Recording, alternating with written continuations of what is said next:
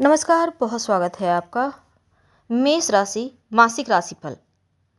मेष राशि के लिए मार्च का महीना कैसा रहेगा, आज हम बहुत सारी बातें विस्तार से करेंगे। साढ़े साथी भी आपकी शुरू होने जा रही है इसी महीने में। तो 30 साल के बाद शनिदेव मीन राशि में आ रहे हैं और मार्च में आपकी साढ़े साथी शुरू हो जाएगी 29 मार्च से। अब आपके लिए पॉजिटिव कितना होगा, कितना नकारात्मक, लेकिन ये भी जानेंगे कि आपके लिए मार्च 2025 में जो ग्रह हैं वो उनकी स्थिति आपकी लाइफ में क्या बदलाव लाने वाले हैं। तो चलिए विस्तार से जानते हैं। आपका स्वास्थ्य, शिक्षा, प्रेम, वैवाहिक जीवन, भाग्य, करियर और प्यार, तमाम बातें जारी है। वीडियो के अंत तक बने रहिए और ये प्रेडिक्शन चंद्र राशि पर आधारित है। तो सबसे पहले समझते हैं। अगर पहले तो हम बता दें, अगर आप अभी अभी जुड़े हैं तो प्लीज़ चैनल को सब्सक्राइब जरूर करें, लाइक करें, सब्सक्राइब करें, अपनों से शेयर करें। चलिए समझते हैं। मेष राशि भचक्र की पहली राशि और आपकी राशि के लिए ये जो मार्च का महीना है, देवगुरु बृहस्पति वृषभ राशि में बैठे हैं।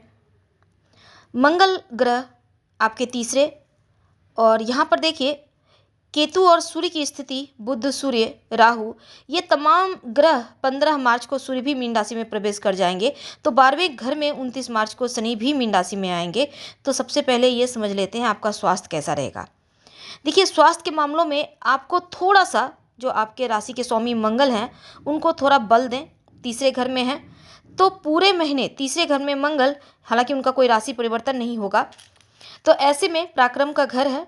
और जब आपके राशि के स्वामी तीसरे घर में बैठेंगे, छठे, 8वें, 12वें घर में होते हैं तो थोड़ा स्वास्थ्य की मुश्किल को देते हैं। लेकिन सूर्य भी 12वें घर में चले जाएंगे, बृहस्पति भी ठीक है। लेकिन खास तौर पर 15 मार्च के बाद आपको अपने स्वास्थ्य का ज़्यादा ध्यान रखना है। स्किन की प्रॉब्लम ना हो, इसका ध्यान रखिएगा। ज़्यादा डायरेक्ट धूप में ना जाएं, अपना ख्याल रखें, पानी वगैरह पीते रहें।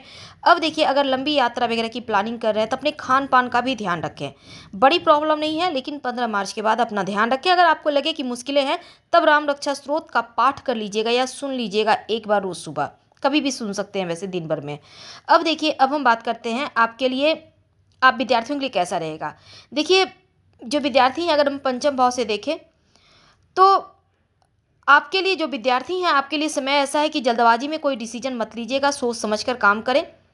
और अगर जैसे कि सूर्य रहेंगे 12वें घर में, राहु केतु भी यहाँ पर ग्रहण योग बना हुआ है तो ठीक ठाक है। लेकिन 14 अप्रैल के को और उच्च के हो जाएंगे, तब आपकी शिक्षा को लेकर, एग्जाम को लेकर, अगर कोई सरकारी एग्जाम की तैयारी कर रहे हैं तो 14 मार्च से पहले तो ठीक है, क्योंकि सूर्य अपने घर को देख रहे हैं। लेकिन इसके बाद थोड़ा ध्यान रखिएगा, खासकर लव रिलेशनशिप में भी आपको ध्यान रखना होगा, शिक्षा के मामलों में ध्यान रखना होगा।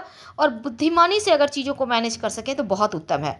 अब सूर्य पंचम भाव को देख रहे हैं, मंगल तीसरे घर में है, तो मार्च का महीना सूर्य 12वें घर में रहेंगे। लव लाइफ की बात करें, रूठना मनाना चलेगा, बड़ी टेंशन नहीं है, लेकिन फिर भी कोई मुद्दा ना बने, छोटे मोटी चीज़ों पर विवाद ना हो जाए, इसका ध्यान रखिएगा।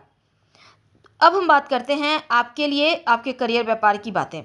देखिए, सूर्य राहु का जो यहाँ पर कॉम्बिनेशन है, ये थोड़ा सा आपको खासकर करियर व्यापार के मामलों में संभल कर रहें, किसी पर ज़्यादा भरोसा ना करें, उधार वगैरह देने के पहले सोच समझ लें, और किसी का गारंटर तो ना बने। वैवाहिक जीवन के मामलों में देखिए, यहाँ पर क्या है ना कि मैरिड लाइफ आपके लिए, अगर आप अविवाहित हैं तो विवाह की बातें चल सकती है। शुक्र आपके 12वें घर में उच्च के होकर बैठे हैं, तो शुक्र यहाँ पर है तो एक बात है कि शुक्र, राहु, सूर्य, शनि भी आ जाएंगे। तो ऐसे में मैरिड लाइफ ठीक है, आप व्यस्त रहेंगे, हो सकता है उनको थोड़ा कम समय दें, लेकिन दोनों मिलकर यात्राएं का भी आनंद लेते दिखाई देंगे।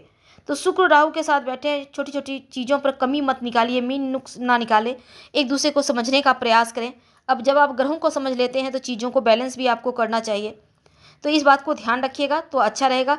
करियर के मामलों में ग्रोथ दिख रहा है और भाग्य का साथ मिलेगा। वैसे तो बृहस्पति देव दूसरे घर में, कोई बड़ा परिवर्तन नहीं है आपके करियर के मामलों में, लेकिन शत्रु विरोधी जो है ना, थोड़ा सा आपको उनसे सतर्क रहना होगा। अब चूंकि आपकी जन्म कुंडली में क्या है ये तो नहीं पता, लेकिन गोचर की स्थिति 50 से 70% के मध्य आप पे सूट करती है या करेक्ट बैठती है, ये मान के चलिएगा। ओवर थिंकिंग से बचिएगा, खासकर मेष वालों आपके लिए। और शनिदेव हालांकि यहाँ पर आपके लिए चीज़ें बेहतर कर रहे हैं, उच्च के होंगे, स्व राशि के होंगे, तो यहाँ पर शनिदेव के लिए आपको रंक से राजा बनाने का एक रास्ता खुला हुआ है। और जब तक वो मीन में नहीं आते तब तक आपके लिए चीज़ें बेहतर है। विदेशी ज़मीन से लाभ देंगे। शनिदेव कर्म के स्वामी है, तो कर्म को खराब मत कीजिएगा, पॉजिटिव रहिए। थोड़ा-सा अपने अंदर शिक्षा को आत्मसात कीजिए। अपना पराया तो सिखाएँगे ही, लेकिन जैसे ही 29 मार्च से आपकी साढ़े साती शुरू होगी, हालाँकि यहाँ पे राहु एक साथ है, तब यहाँ पर थोड़ा-सा आपको सँभल के रहना है। शिव जी की आराधना करें तो शांति मिलेगी। हम आपसे विदा लेते हैं, लेकिन वाणी पर ध्यान रखिएगा। धन्यवाद।